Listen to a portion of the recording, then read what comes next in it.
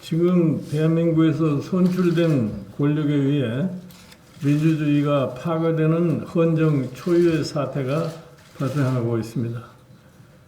국회와 사법, 행정 등 전 헌법기관에 걸쳐 국정농단이 만성화되고 있다는 비판의 목소리가 매우 높습니다.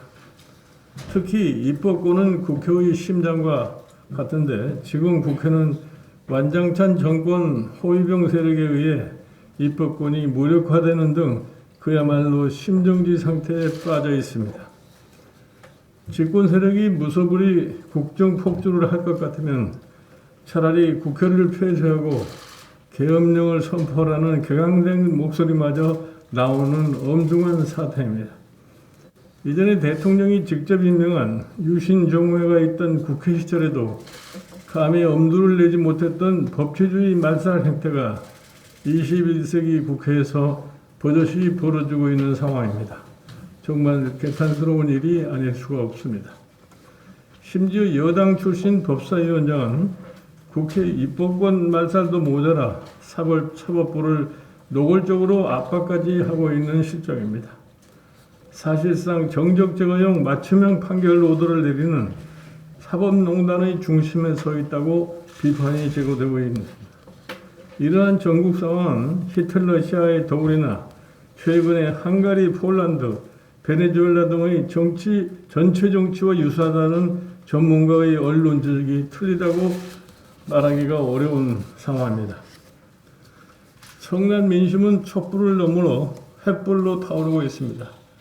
지금 우리 국민들은 소위 촛불 정권이라는 문재인 정부가 이전 정부와 과연 뭐가 다른지, 오히려 더 심한 국정농단과 법치 훼손이 자행되고 그것도 전방에 걸쳐 벌어지고 있지 않느냐고 묻고 있습니다.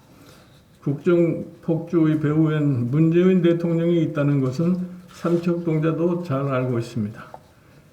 문 대통령이 퇴임 이후 자신의 안전만을 위한 정권 안보에 주력하며 무리수를 둘수록 민심 위반은 더욱 가속될 것이라고 경고합니다. 국민과 싸워 이긴 정권은 없습니다.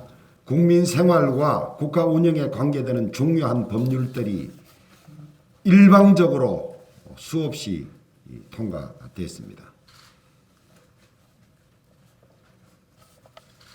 사회적 참사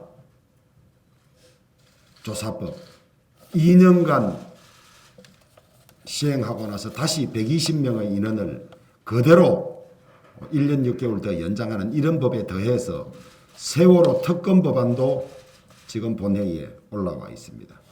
국민 생활에 대한민국 경제에 엄청난 영향을 미치는 경제 3법, 또 노동 3법, 5.18을 비방하면 처벌하는 법, 대북 비라를 금지하는 법, 간첩 잡는 국정원의 간첩 잡는 기능을 없애는 법, 대한민국 해체와 헌정 파괴가 극성을 부리고 있는 그런 지경입니다. 여기에 더해서 오늘 윤석열 검찰총장에 대한 징계위원회가 열릴 뿐만 아니라 이 와중에 어제 민주당은 국회를 다시 세종시로 이전하겠다는 계획을 발표했습니다. 위헌 판결이 그대로 유지되고 있는 상태에서 이 틈을 이용해서 또다시 이런 폭거를 자행하고 있습니다. 우리는 역사적 경험에 비추어서 칼로서 일어선 자 칼로서 망한다는 검언을 믿고 있습니다.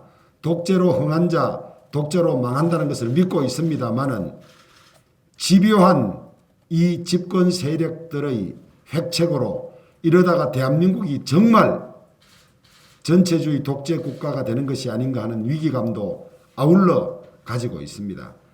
국민들이 이 정권의 실체를 점점 파악해가고 당 안팎에서 이제는 이 폭정을 종식시키는데 많은 국민들이 함께 해야 된다는 그런 절박감을 가지고 조직을 계속해 나가고 있는 것으로 노력하고 있습니다. 국민 여러분, 정치에 무관심할 때에는 가장 나쁜 사람들이 정권을 잡고 정치를 하게 된다고 합니다. 국민 여러분들께서 코로나로 힘들고 생업에 바쁘시더라도 지금 이 나라에서 어떤 일이 벌어지고 있고 문재인 정권과 민주당이 어떻게 폭정을 하고 있는지 잠시라도 관심을 기울여서 우리가 피땀 흘려 이룩한 대한민국을 지키는 일에 같이 관심을 가지고 나서 주실 것을 간곡하게 부탁드립니다.